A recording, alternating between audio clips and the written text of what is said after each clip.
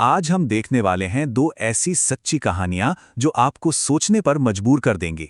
ये हमारी स्रोत सामग्री से ली गई हैं और सच कहूं तो काफी परेशान करने वाली हैं। कभी सोचा है कि क्या होता है जब एक बिल्कुल नॉर्मल सी रात अचानक से भयानक बन जाए? चलिए, आज ऐसी ही कुछ घटनाओं की तह तक जाने की कोशिश करते हैं। तो हमारी पहली केस फाइल है जिसका नाम है रात की सवारी, और ये कहानी हमें सीधा ले चलती है दिल्ली की एक सुनसान रात में। तो बात है साल 1984 की, दिल्ली की। एक नौजवान ऑटो ड्राइवर था। बेचारा अपना किराया चुकाने के लिए देर रात तक काम कर रहा था और आधी रात के बाद वो एक सुनसान सड़क पर बिल्कुल अकेला था।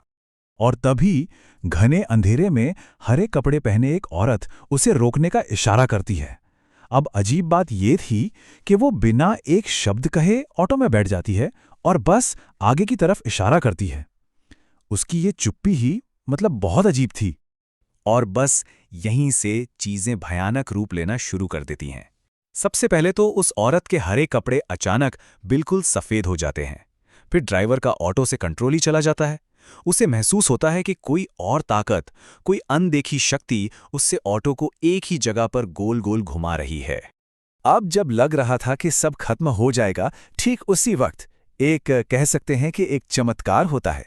उसके स्वर्गीय चाचा की आत्मा, जो एक भगत थे, उस बुरी शक्ति से लड़ने के लिए ड्राइवर के शरीर में आ जाती है।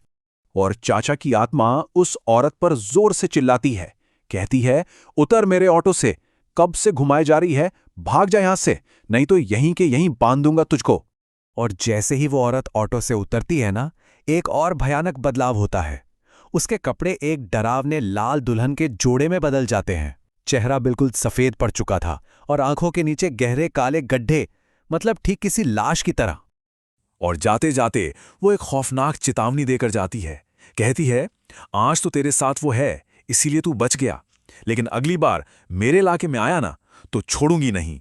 इसके बाद जो होता है वो इस कहानी का सबसे डरावना हिस्सा है। ड्राइवर की नजर एक साइन बोर्ड पर पड़ती है और जहां से उसने उस औरत को बिठाया था, वहां से सिर्फ 10 कदम की दूरी पर लिखा था, शमशान भूमि। तो ये थी हमारी पहली कहानी।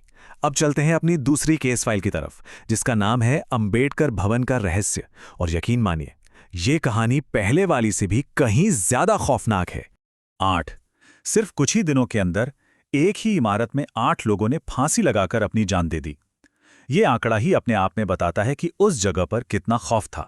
वहां के जो स्थानीय लोग थे, उनका मानना था कि कोई चुड़ैल है जो लोगों को आत्महत्या के लिए मजबूर कर रही है।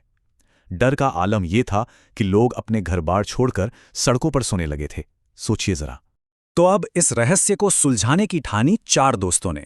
इनमें एक था ऋतिक, जो इन सब बातों को नहीं मानता था, एक संशयवादी था। दूसरा था सत्य, जिसे अपनी पूजा पाठ पर अटूट विश्वास था। और फिर थे अविनाश और तारकेश्वर, जो मानते तो थे और डरे हुए भी थे, पर सच का सामना करना चाहते थे।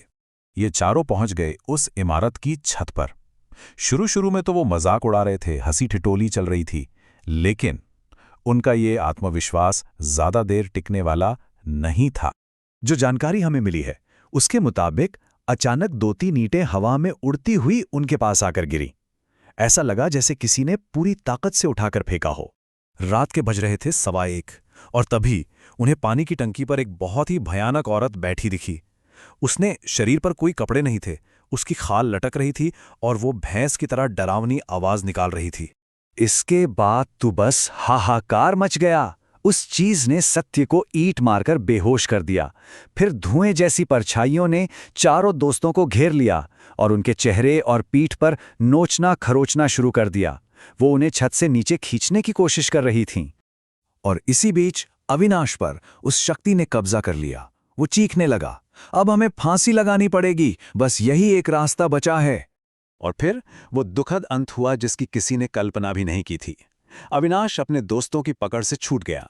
वो पागलों की तरह जोर जोर से अपना सिर हिलाने लगा और फिर छत के किनारे की ओर भागकर नीचे कूद गया। सिर के बल गिरने की वजह से उसकी मौके पर ही मौत हो गई। अपनी जान बचाने के लिए बाकी तीनों दोस्तों ने भी छत से छलांग लगा दी।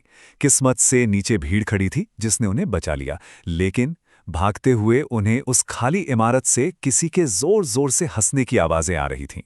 तो ये थीं वो दो खौफनाक कहानियां, और ये दोनों ही हमें एक बहुत बड़े अनसुलझे सवाल पर लाकर खड़ा कर देती हैं।